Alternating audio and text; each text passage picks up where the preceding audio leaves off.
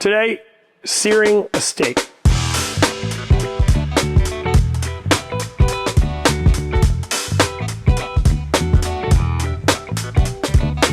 We get a couple little moving parts here. So, beef and broccoli. This is a really cool broccoli spigarello greens, okay, that we're gonna cook in our wok. High heat really quickly. We have a beautiful New York strip here. We have some herbs, some oregano and rosemary, a little bit of garlic. This is my little trick for you folks at home. Make a stock, whether it's chicken stock, beef stock, reduce it down into a sauce, and then put it in an ice cube tray and freeze it. This is literally 3 ounces of beef demi. I have some green peppercorns and brine, a little bit of chicken stock, creme fraiche, and of course some garlic. There's 2 garlics here. Some are in the skin and some are for slicing. First, we're gonna turn on our front pan, stainless steel, high heat. Now, this pan, I wanna make sure that the fire is not coming around the edge because I'm not searing on this part of the pan, I'm searing in the center. So I wanna direct that heat to be centralized. I want a nice high heat on there. How do I season a steak? Well, first off, I'm gonna season my tray here. Because if I don't season the tray, it doesn't taste good when I eat it. I just season my steak by seasoning the tray. Okay, and then I finish one side. Kind of cool. So we have a couple things that we have to focus on at once. 1, searing the steak. 2, I'm gonna get my wok nice and hot, so we're getting ready to do the broccoli spigarello greens. Lots of butter, don't be afraid of butter. Really important, unsalted butter. Please don't use salted butter when you're basting. It actually is not really great for what you're looking for. What I'm gonna do here is take a little bit of chicken stock and put it in that pan because I need to start melting my demi. So by having some tempered liquid in there, will allow that to melt properly. So this is all about just balancing the process. My pan's nice and hot. I can see the actual shimmer. Okay, you got a little smoke going right there. I'm gonna turn that heat down. Now, when I sear the steak, first thing I like to do is sear the edge. That's gonna sear that fat cap. I can smell pepper. People out there say don't season your steaks with pepper. I disagree. So I'm gonna add a pinch more oil. I'm gonna take my herbs and put them on top. Not quite ready to drop them in yet. Same thing with the garlic. There's a couple things that are gonna happen here. 1, you're gonna have a reaction with the natural sugars that are found in meat. You're gonna have color build up. So you can see the color on the edge there. Caramelization slowly happening. I've turned down the heat so the fat is not smoking. What I'm looking for is even color. And you notice I'm not grabbing or squeezing my steak. I'm using these little pinchers to kind of adjust it and move it. I don't like squeezing meat because it's gonna squeeze out the natural juices in the meat. My demi's coming down nicely over here. What I wanna do is I wanna cook the steak to medium rare. Now you have to remember, the steak itself sat out before it went into the pan. So we want to do what's called equalization, which means I bring the steak to room temperature prior to it being seared.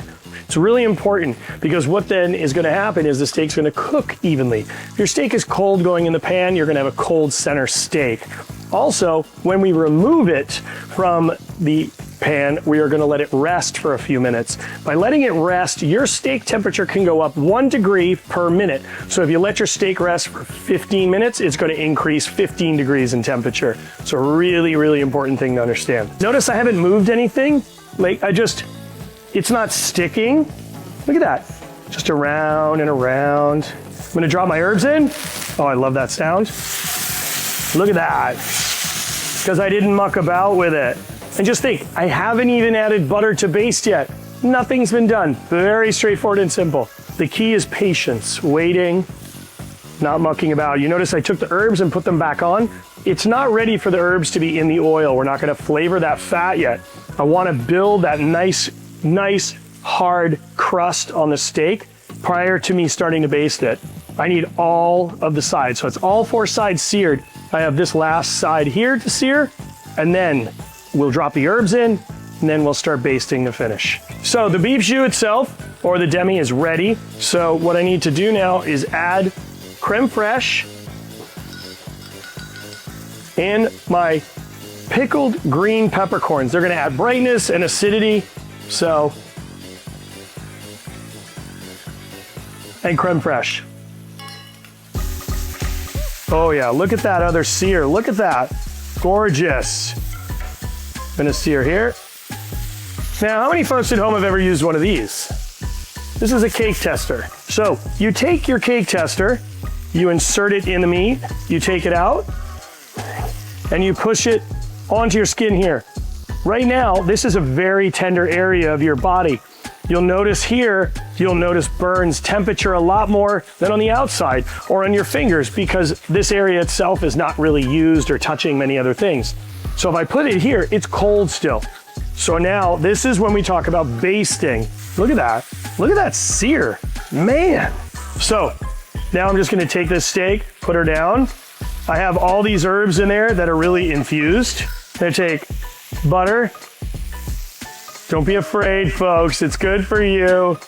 Look at that, okay? First thing I'm gonna do is let the butter itself infuse with all these aromatic herbs. So you see here that I have these garlic cloves that are in skin and crushed. Why do I leave them in the skin and crush them and add them to this pan?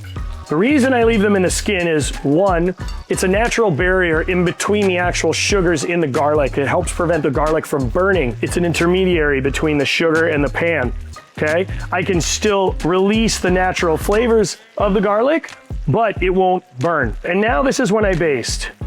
What I'm looking to do is baste the meat to bring up that temperature. And look, I still need more butter. And I know you're thinking to yourself, that's gross, but it's really not. And as you see, I keep dropping it on top of those herbs and garlic. We're just gonna let that sit there. Almost. What you're gonna do next is we're gonna let our steak rest. Like I said, for every minute, the steak will increase in temperature 1 degree. So what I'm gonna do is take all these beautiful aromatics and use them as a base for my steak to rest. Now I'm letting my steak rest where it's nice and warm.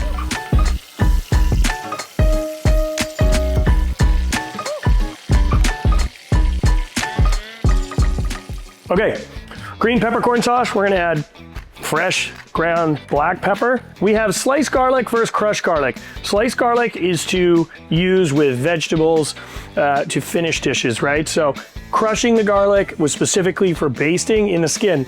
Now you can crush whole cloves of garlic and add it to a braised vegetable, and then that garlic breaks down and becomes tender and cooked through.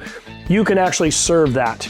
With this garlic in here, I'm not gonna serve it. It's just an aromatic. It's giving flavor and depth. This sliced garlic, I'm gonna serve it on the plate. So I'm gonna cook it in the wok. This is gonna be really fun, I swear. Do you know how to use a wok? It's fun.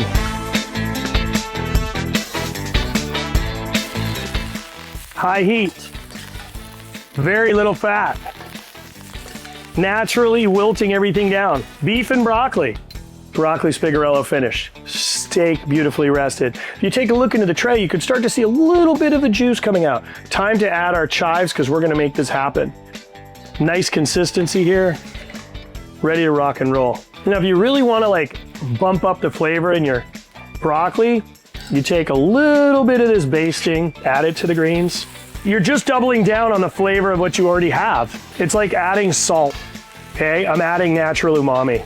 With a steak, I like to kind of cut it a little bit differently. I like to leave a big portion of it whole, and then I like to leave 2 pieces exposed.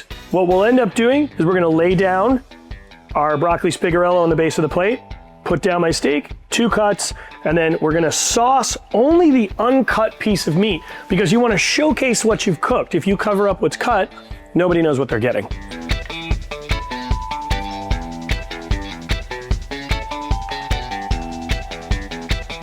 And then just a little bit, and you can put some, don't smother it, put a little bit on, save some for the table. You can put it in a little ramekin.